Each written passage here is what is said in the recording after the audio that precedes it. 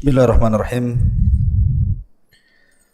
Assalamualaikum warahmatullahi wabarakatuh.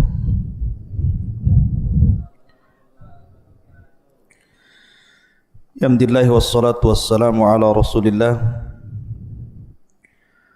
wa ala alihi wa sahbihi wa mawalah wa la hawla wa la quwata illa billahi wa ba'du. Alhamdulillah malam ini kita bisa duduk kembali untuk talabul ilmi. Salawat iring salam kita haturkan kepada Rasul kita yang mulia alaihi salatu wassalam. Allahumma salli ala Muhammad wa ala alihi wa sahbihi wa man sara ala nahji ila yaumiddin. Pembahasan di malam hari ini kita akan menguak satu kisah yang menarik tentang sumur Barhut, yang konon sumur ini dijadikan tempat penjara bagi para bangsa jin. Sumur Barhut yang ada di Hadral Maut. Ma'asyiral muslimin yang dimuliakan Allah Subhanahu wa taala. Kita tahu bahwa yang namanya sumur tentu penuh dengan air. Dan air adalah sumber kehidupan. Karena Allah Subhanahu wa taala berfirman, "Wa ja'alna al-ma'a likulli syai'in hayyin." Dan kami jadikan air itu segala sesuatu bisa hidup. Tapi sumur yang ingin saya ceritakan ini adalah sumur kematian. Bahkan tempat yang sangat menakutkan, sarang daripada jin dan syaitan. Sumur ini dikenal sebagai sumur Barhut, letaknya di Hadral Maut. Ma'asyiral muslimin yang dimuliakan Allah Subhanahu wa taala. Bicara tentang sumur Barhut ini, sampai hari ini banyak orang yang meneliti sumur ini karena memang termasuk keajaiban dunia. Banyak orang yang berusaha menguak rahasia di balik sumur ini. Karena sumur ini juga diperbincangkan oleh para ulama dari zaman ke zaman sampai hari ini. Karena ada riwayat yang mengatakan bahwa arwahnya orang-orang kafir itu setelah kematiannya maka mereka akan dipenjarakan di sumur Barhut Hadral Maut ini. Tetapi apakah seperti itu? Maka kita akan cerita tentang sumur ini dari dua sisi. Pertama khurafat, yang kedua hakikat. Ma'asyiral muslimin yang dimuliakan Allah Azza wa Jalla, sebelum saya bercerita tentang sumur ini, Al-Imam At-Tabrani meriwayatkan sebuah hadis dalam kitabnya Al-Mu'jam Al-Kabir. Dan hadis ini dikatakan oleh Al-Imam Al-Haythami, rijaluhu thiqat. Semua para perawinya perawi terpercaya. Dan Al-Imam Ibn Hibban rahimahullahu ta'ala mensahihkan hadis ini. Bahkan Al-Imam Ibn Hajar juga mengatakan ruwatuhu mauthukun. Semua rawi-rawinya terpercaya. Dan Syekh Nasiruddin Al-Albani rahimahullahu ta'ala menghasankan riwayat ini. Hadis ini dari Abdullah ibn Abbas radhiyallahu anhuma. Nabi sallallahu alaihi wasallam bersabda, "Khairu ma'in ala wajhil ardi ma'u Zamzam. Fihi ta'amun minat tu'mi wa shifaa'un minas suqmi. Wa syarru ma'in ala wajhil ardi ma'un biwadi Barhut baqiyatu hadral mauta karijlil jaradi minal hawami yusbihu yatadaffaq wa yumsi la balala biha. Kata Nabi SAW dari Abdullah ibn Abbas radhiyallahu anhuma, sebaik-baik air di atas permukaan bumi ini adalah air Zam-Zam, karena di dalamnya mengandung zat yang dapat mengenyangkan dan obat dari banyak penyakit. Begitu juga sejelek-jeleknya air di atas permukaan bumi adalah air dari sumur Barhut yang terletak di Hadrul Maut, seperti kumpulan belalang yang di pagi harinya sumur tersebut memancarkan air, kemudian pada sore harinya mengering dan tidak terdapat bekas basah apapun di dalamnya. Dalam hadis ini tersebut kalimat sumur Barhut. Dari hadis ini Al-Imam Asy-Syafi'i ataupun mazhab Syafi'i disebutkan bahwa annal ma'al makruh thamaniyatu anwa. Dalam mazhab Syafi'i bahwa air makruh itu ada 8 macam, artinya makruh digunakan untuk bersuci, wudu ataupun mandi besar. Yang pertama al-musyammas, air yang tergenang dalam drum kemudian terkena sinar matahari.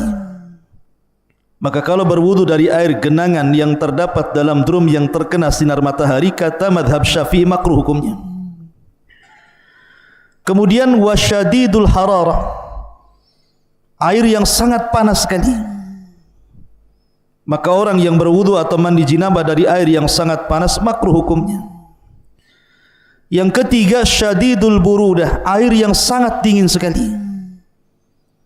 Kemudian yang keempat ma'u diyari Samud illa bi'run naqah, air yang terdapat di negeri Samud kecuali sumurnya untanya Nabi Allah Saleh.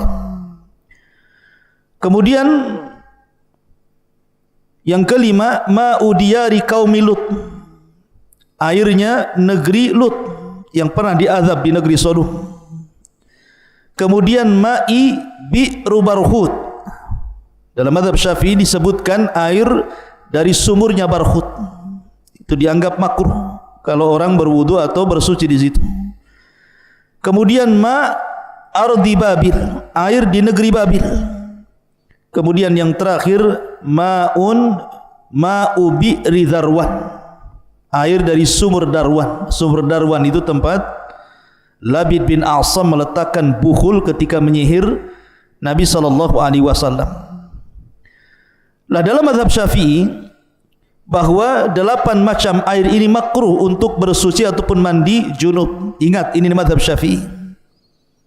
Tetapi kaidah air itu kalau antum belajar fikih tetap mengacu kepada ijma' para ulama bahwa asal air itu suci dan mensucikan, kecuali kalau berubah warna, rasa, bau karena yang merubahnya najis.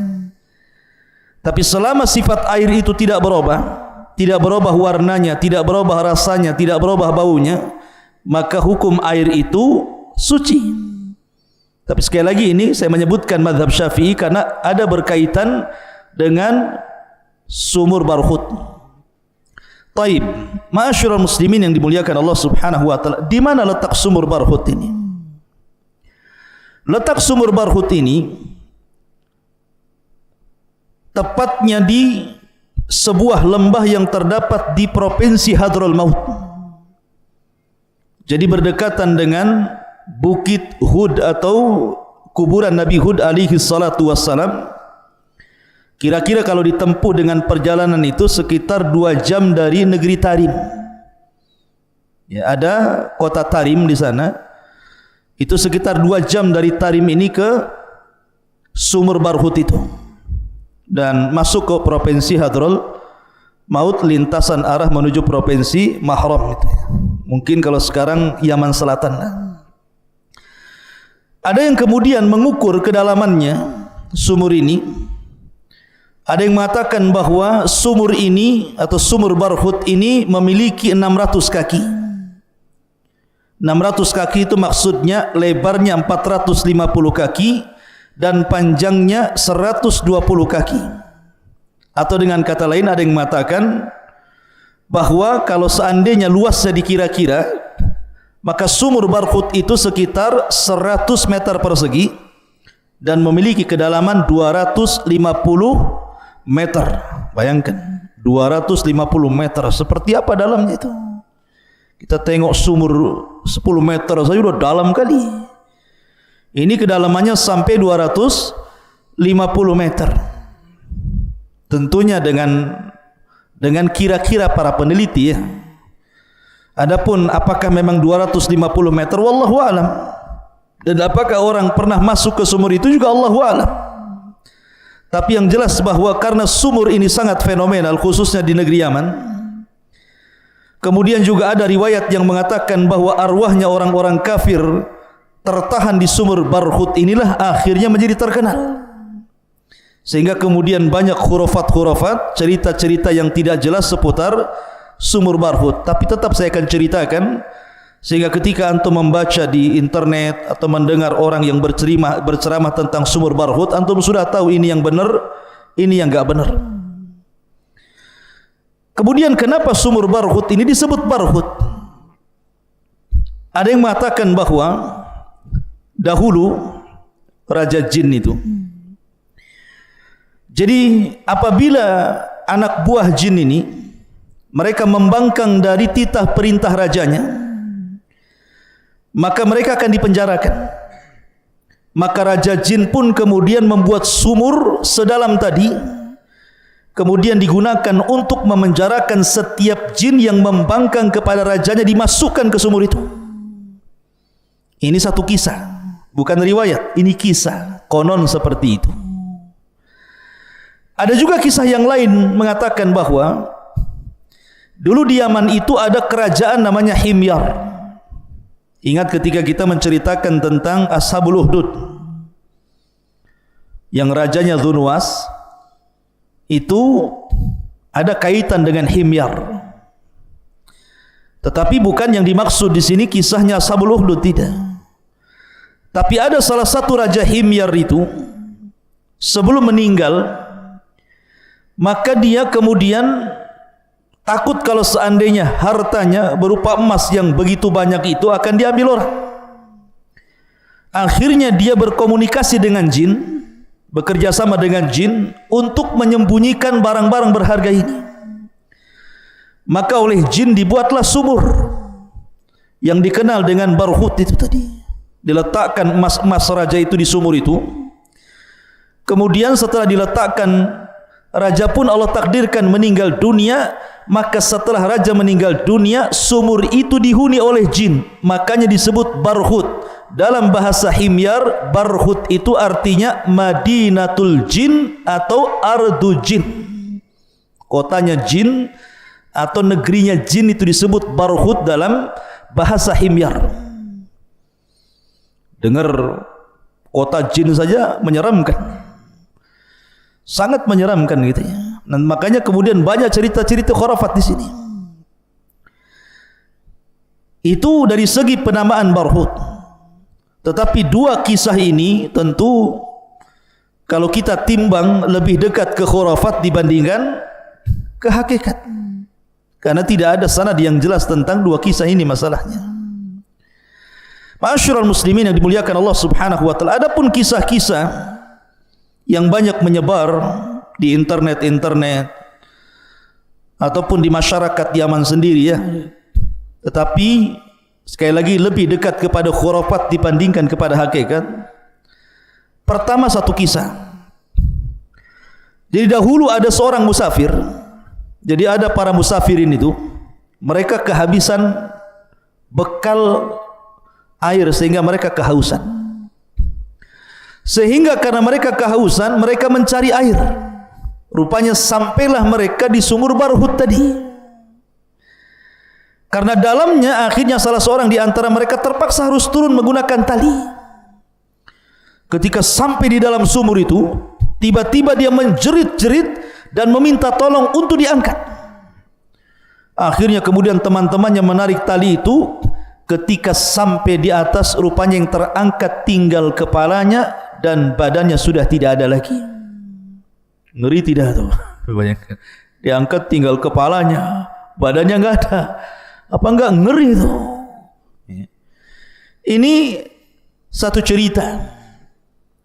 Kemudian cerita yang lain, bahwa dahulu ada seorang ibu sedang bermain-main di sekitar sumur itu, kemudian meletakkan bayinya di sampingnya itu. Kemudian ibu ini pergi sejenak, sesaat gitukah, karena sebuah ada hajat. Ketika balik lagi, rupanya bayi itu sudah hilang. Konon katanya bayi itu kemudian dicuri oleh jin yang ada dalam sumur itu, kemudian dimasukkan ke dalam sumur. Itu cerita-cerita ma'ruf. Ma'asyiral muslimin yang dimuliakan Allah Azza wa Jalla. Kemudian ada cerita lagi bahwa sumur itu airnya itu seperti gula manis, tetapi warnanya sangat hitam dan busuk. Kemudian di dasar sumur itu ada pohon-pohon yang ranum yang hijau dan banyak burung merpati, kemudian banyak ular di situ. Sehingga apabila di malam hari terdengar suara-suara aneh yang berbagai macam suara muncul dari sumur itu, dan orang ketakutan karena itu. Lah tiga kisah ini masyhur kalau antum baca di internet, tetapi semua tidak ada sanadnya karena kesannya khurafat masalahnya. Ini bukan sebuah hakikat. Ma'asyiral muslimin yang dimuliakan Allah Subhanahu wa taala. Akan tapi hadis yang saya baca tadi, hadis bahwa sebaik-baik air di permukaan bumi adalah air Zam-Zam, dan seburuk-buruk air di permukaan bumi adalah air yang terdapat di lembah Barhut. Ini sahih hadis ini. Ya. Hadis ini sahih dan dihasankan oleh Syekh Nasiruddin Al-Albani rahimahullahu taala.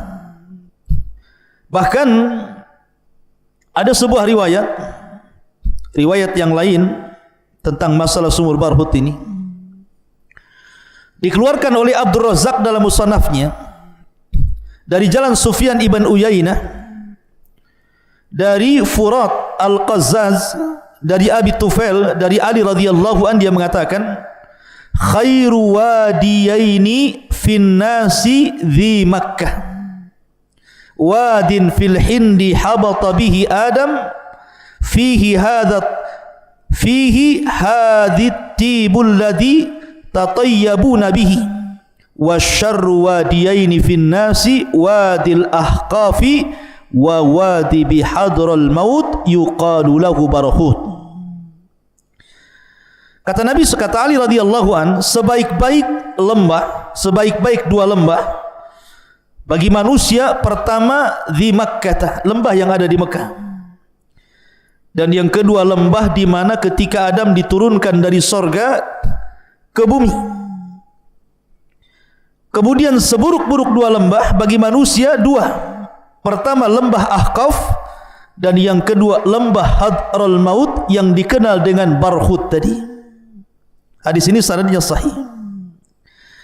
Ma'asyiral muslimin yang dimuliakan Allah Azza wa Jalla, masalahnya ada sebuah hadis ataupun riwayat, bukan hadis, riwayat yang mauquf sampai kepada sahabat Nabi sallallahu alaihi wasallam.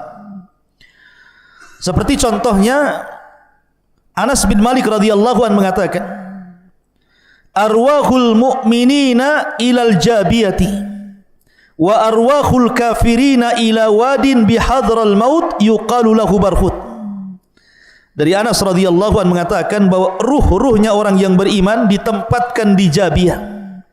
Jabiyah ini sebuah tempat yang ada di Syam.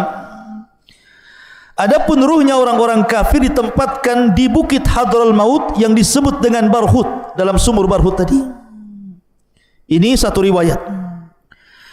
Kemudian juga Ali radhiyallahu anhu mengatakan, khairu wadin nasi wadi Makkah wa syarru wadin nasi wadil Ahqaf wa wadi Hadral Maut yuqalu lahu Barhut fihi arwahul kufar. Sebaik-baik bukit manusia adalah bukit Mekah, dan seburuk-buruk bukit manusia adalah bukit Al-Ahqaf. Kemudian bukit Hadral Maut yang disebut dengan Bahrut, di dalamnya terdapat ruh orang-orang kafir. Kemudian riwayat yang ketiga, Abdullah bin Umar radhiyallahu anhu mengatakan, inna arwahal kufar tujma'u bi Barhut. Sesungguhnya ruhnya orang-orang kafir dikumpulkan di Barhut. Wa arwahul mu'minina fil Jabiyah. Dan dikumpulkannya ruh orang-orang yang beriman di Jabiyah. Barhut bil Yamani wal Jabiyatu bisyam.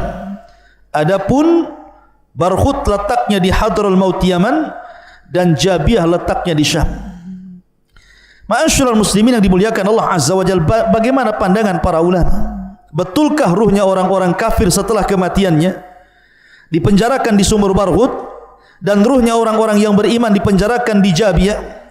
Maka para ulama mengatakan semua riwayat yang mengatakan bahwa ruhnya orang-orang kafir berada di sumur Barhut ataupun ruhnya orang-orang yang beriman di Jabiyah, tidak ada yang sahih. Ingat, tidak ada yang sahih.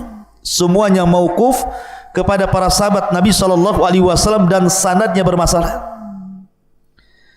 Sehingga tidak ada cerita tentang arwah. Karena kemarin kita sudah berbicara tentang alam arwah, bahwa ruh itu adalah kuasa Allah. Yas'alunaka 'anir ruh qulir ruhu min amri rabbi. Mereka bertanya-tanya soal ruh, katakan ruh itu urusan Allah Azza wa Jalla. Maka kita katakan, lalu ruh itu di mana? Antara menunggu setelah kematian sampai kiamat dibangkitkan itu. Maka kita katakan secara umum, ruhnya orang-orang kafir di neraka dan ruhnya orang-orang yang beriman di sorga. Dan ini berdasarkan nas Al-Quran, kalla inna kitabal fujjari lafi sijjin wa ma adraka mas sijjin kitabun markun. Kalla inna kitabal abrar lafi illiyin. Allah mengatakan bahwa ruhnya orang-orang yang beriman di illiyin, di sorga. Adapun ruhnya orang-orang kafir di sijjin, di neraka yang paling dasar. Itu pendapat yang sahih. Walaupun ada perincian, ruhnya para syuhada tergantung di bawah-bawah arasy, ruhnya orang-orang yang beriman tergantung di pohon-pohon sorga. Kemudian ruhnya secara umum ada yang masih tertahan di kuburan. Itu khilaf para ulama. Tapi tidak ada yang sahih riwayat yang mengatakan bahwa ruhnya orang kafir berada di sumur Barhut ataupun ruhnya orang-orang mukmin berada di Jabiyah. Tetapi masalahnya sumur ini memang sumur yang menakutkan. Dibicarakan para ulama itu masalahnya. Saya akan sebutkan dua kisah.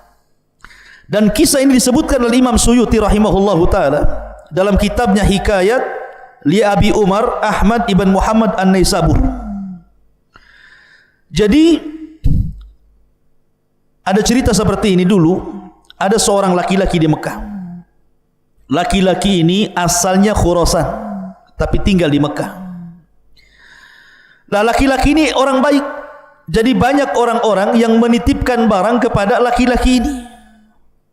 Jadi kalau antum safar, takut barangnya hilang, diletakkan di rumah laki-laki ini. Saking baiknya banyak orang yang menitipkan barang sama dia. Jadi suatu ketika ada orang yang menitipkan uang kepada laki-laki yang baik ini 1000 dinar. Banyak 1000 dinar. Akhirnya setelah dititipkan uang 1000 dinar, kata Imam Suyuti kisahnya ini, kemudian orang yang menitip uang ini pergi. Allah takdirkan orang ini, orang yang baik ini meninggal dunia. Masalahnya titipan yang 1000 dinar itu dia kubur di samping rumahnya dan tidak diberitahu anaknya. Akhirnya kemudian ketika orang yang nitipi uang ini datang bertanya soal uang 1000 dinar, kata anaknya, ayah saya sudah meninggal dan ayah saya tidak memberitahu di mana uangmu. Akhirnya kemudian orang ini pun berangkat ke Masjidil Haram bertanya kepada orang-orang atau para ulama yang ada di situ.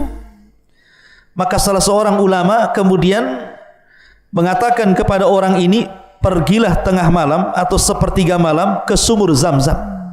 Karena ada yang berpendapat bahwa ruhnya orang-orang yang beriman itu diletakkan di sumur Zam-Zam masalahnya. Jadi pergilah ke sumur itu. Kemudian kamu berteriak, panggil-panggil orang yang kau maksud itu. Barangkali ruhnya ada di situ. Tanyalah di mana hartamu. Kalau seandainya dia menjawab, maka kamu akan dapat hartamu. Tapi kalau kau tidak dapat jawaban dari sumur itu, pergilah ke Yaman, carilah sumur Barhut. Akhirnya kemudian dia berangkat ke sumur Zam-Zam tengah malam. Kemudian dia pun memanggil-manggil orang yang dititipi barang itu, tetapi tidak ada satupun jawaban.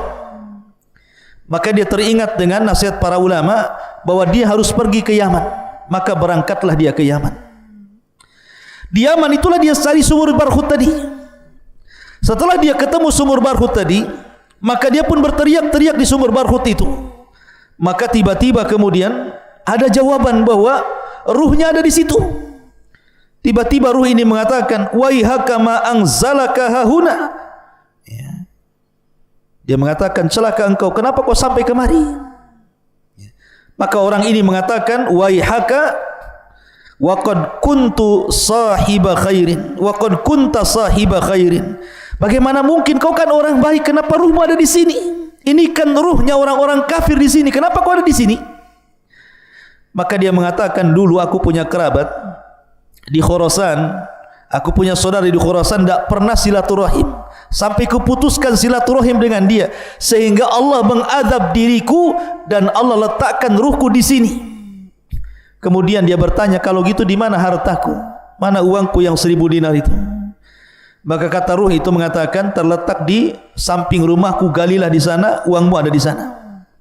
Akhirnya kemudian dia pulang ke Mekah dan mengambil uangnya. Ini kisah ini disebutkan oleh Al-Imam As-Suyuti dalam kitabnya Hikayat li Abi Umar. Lah kisah yang sama juga disebutkan juga oleh Al-Imam Ibnul Qayyim rahimahullahu taala, dikeluarkan oleh Imam Ibnu Abi Dunya dalam kitab Al-Qubur.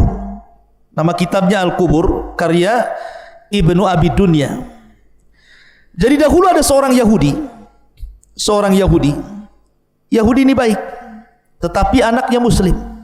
Bapaknya Yahudi, anaknya Muslim. Dan orang Yahudi ini suka juga dititipi barang, sama dengan kisah yang pertama. Jadi ada seorang Muslim menitipkan barang kepada orang Yahudi ini.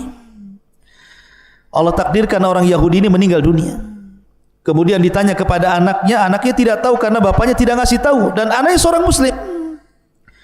Akhirnya kemudian dia pun bertanya kepada seorang alim namanya Syuaib Al-Jubai. Kata Syuaib Al-Jubai, sebaiknya kamu datang ke sumur Barhut, cari ruhnya orang Yahudi itu di sumur Barhut itu. Berangkatlah dia ke sumur Barhut. Kemudian dia pun memanggil-manggil ruhnya orang Yahudi itu. Tiba-tiba ruhnya orang Yahudi ini bicara. Kemudian setelah bicara, dia bertanya soal di mana hartanya. Kemudian ruh itu memberitahu bahwa hartanya berada di bawah pintu rumahnya. Maka dia pun pulang menggali, rupanya hartanya ada di situ. Lah kisah ini disebutkan oleh Al-Imam Ibnul Qayyim rahimahullah taala dan dikeluarkan oleh Imam Ibnu Abi Dunya dalam kitab Al-Qubur. Tetapi ikhwan, ingat, dua riwayat ini juga masih dipertentangkan para ulama tentang subut dan tidaknya. Dan pendapat yang kuat bahwa dua riwayat ini pun lemah, sehingga tidak ada satupun cerita soal sumur Barhut itu yang sahih. Semua khurafat, semua hanya cerita fiktif, sehingga kita kembali kepada asal bahwa ya mungkin namanya sumur. Sumur itu mungkin menakutkan karena memang dalam sekali. Bahkan bukan hanya sumur Barhut, sumur-sumur manapun kalau sudah tidak dipakai lagi, tentu banyak jinnya di situ ya. Karena ada orang-orang sekitar sumur itu, kalau antum tengok di YouTube gitu ya, sumur Barhut gitu kan, diwawancarai gitu ya, bahwa banyak suara-suara yang terdengar dari dalam sumur itu. Apalagi malam hari katanya ada suara menangislah bayi, ada suara burung, ada suara macam-macam suara. Memang menakutkan sekali katanya. Saya enggak, walaupun pernah di Yaman, saya belum pernah ke sumur Barhut, karena sumur Barhut itu kan di tengah-tengah padang pasir masalahnya. Kalau antum tengok di YouTube itu memang menakutkan sekali. Ya, bahkan termasuk dimasukkan oleh UNESCO itu sebagai keajaiban dunia gitu. Sampai hari ini diteliti itu oleh barat sama timur, itu diteliti itu tentang rahasia di balik sumur itu. Akan tapi ikhwatu fiddin yang dimuliakan Allah Azza wa Jalla, adapun tentang riwayat-riwayat seputar sumur Barhut maka semuanya mauquf, tidak ada yang sahih kecuali hadis Abdullah ibn Abbas radhiyallahu anhuma yang menceritakan tentang masalah sebaik-baik air adalah Zam-Zam dan seburuk-buruk air adalah air yang ada di sumur Barhut, karena memang warnanya hitam, kemudian sangat bau sekali sehingga tidak layak dikonsumsi, ya. Dan memang sangat horor sumur itu. Tetapi kalau mamanya bicara tentang masalah ruh, maka sekali lagi bahwa riwayat soal ruhnya orang-orang kafir berada di sumur Barhut maka tidak ada yang sahih. Dan para ulama mengatakan bahwa kita kembali kepada zahir Al-Quran, ruhnya orang-orang yang beriman di Illiyin dan ruhnya orang-orang kafir di Sijin. Inilah diantara kisah sumur Barhut yang ada di negeri Hadral Maut Yaman. Subhanakallah bihamdika asyhadu an la ilaha illa anta astaghfiruka wa atubu ilaik. Allahu ta'ala. Assalamualaikum warahmatullahi wabarakatuh.